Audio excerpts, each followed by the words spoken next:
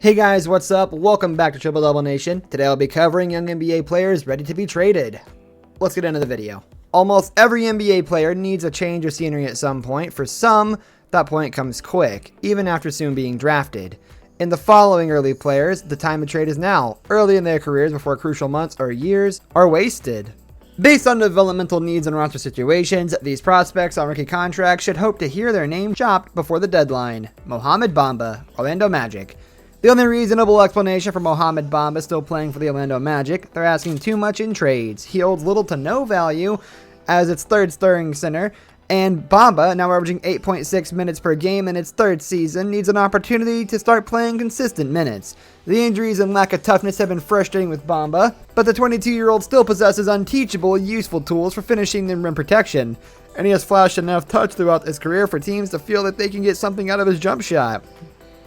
The Washington Wizards lost Thomas Bryant to an ACL injury. The Toronto Raptors may need to think about retooling. The Oklahoma City Thunder are rebuilding and could upgrade their center depth, and the Charlotte Hornets may represent a positive change of scenery for Bamba.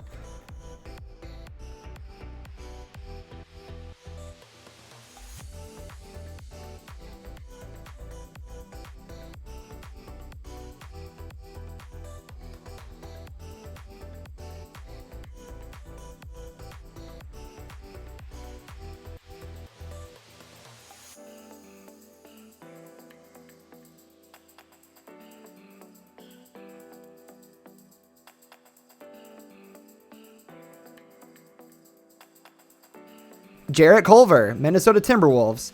Since the Minnesota Timberwolves drafted Jarrett Culver, the team added D'Angelo Russell, selected Anthony Edwards at number 1, saw Malik Beasley develop into a 20-point scorer, and watched 2019 second-round pick Jalen Nell outproduce its lottery pick.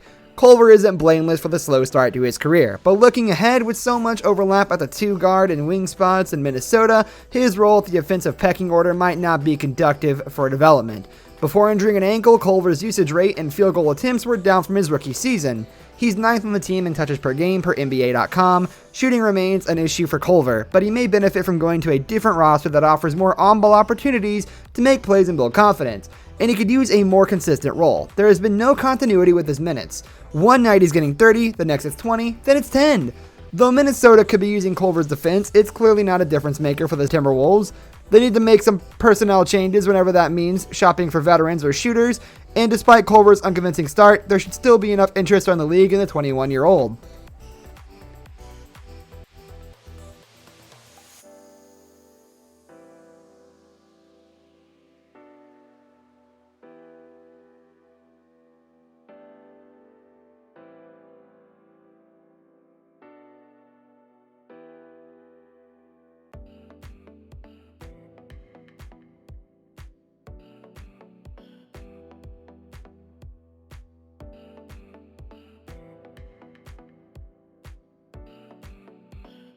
Carson Edwards, Boston Celtics.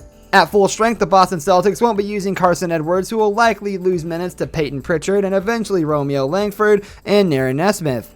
And Edwards hasn't shot that well, so he deserves some criticism. Regardless, he should be interested in seeing what other opportunities are out there, ones for offensive starved teams that can offer bigger roles with longer leashes. Confidence ultimately represents Edwards' shot-making fuel. He'd benefit from a lower pressure situation that allows him to play through mistakes in order to catch fire.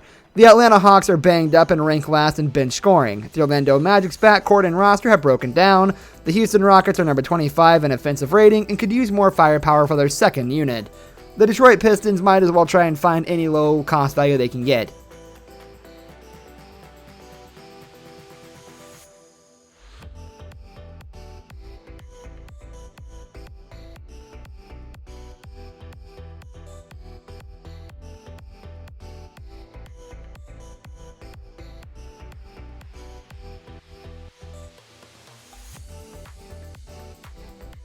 Mfiondu Kabengele, Los Angeles Clippers.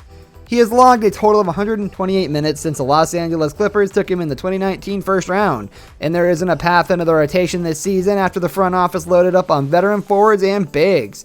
Last year's 27th pick was productive as a rookie of the G League, where he averaged 18.7 points and hit 53 threes through 27 games. Knowing Kamajale isn't useful right now for the Clippers, opposing teams should be checking on its availability and assuming there is still notable value tied to his athletic finishing and shooting for a 6'9", 250-pounder. At 23 years old, Kamajale should be getting anxious for playing time and to get his career going.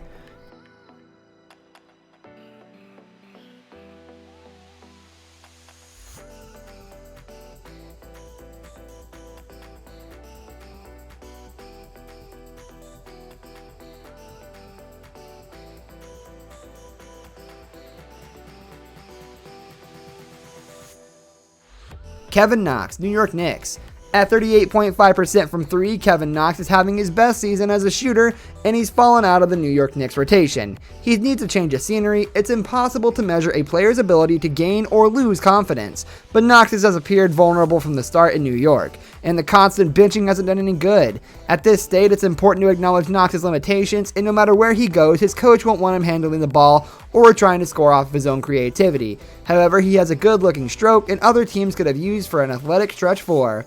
Ideally, he'd go to a winning organization that could offer a simplified, consistent role as a corner, wing, and off-screen shooter. But realistically for Knox, he should be interested in heading anywhere outside New York, where almost nothing has worked and there doesn't seem to be any path to regular minutes behind RJ Barrett and Julius Randle after the Knicks added Obi Toppin, Reggie Bullock, and Alec Burks.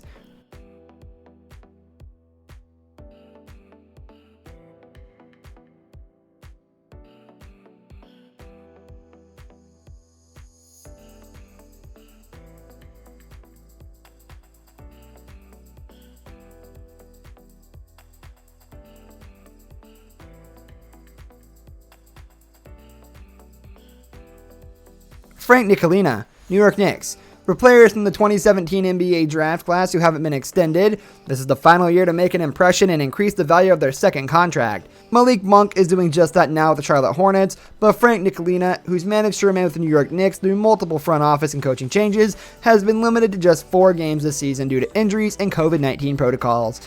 And with the emergence of Emmanuel Quickley and the addition of Derrick Rose in New York, there won't be many opportunities for him this year with the Knicks. A trade makes sense for both parties. Other teams should see an opportunity to buy low on Ntilikina, who's developed into a reputable defender who can still contribute by making life tough on opposing guards, even if it's for short stretches of a game.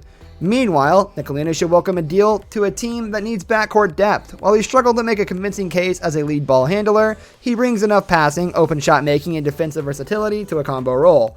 The Milwaukee Bucks have used a perimeter defensive specialist off the bench for their playoff run. The Dallas Mavericks rank number 27 in defensive rating, though Washington Wizards and Cleveland Cavaliers have weak reserves behind their starting guards. There will be teams interested in him, and he should have interest in actually seeing the floor regularly as a 4th-year pro.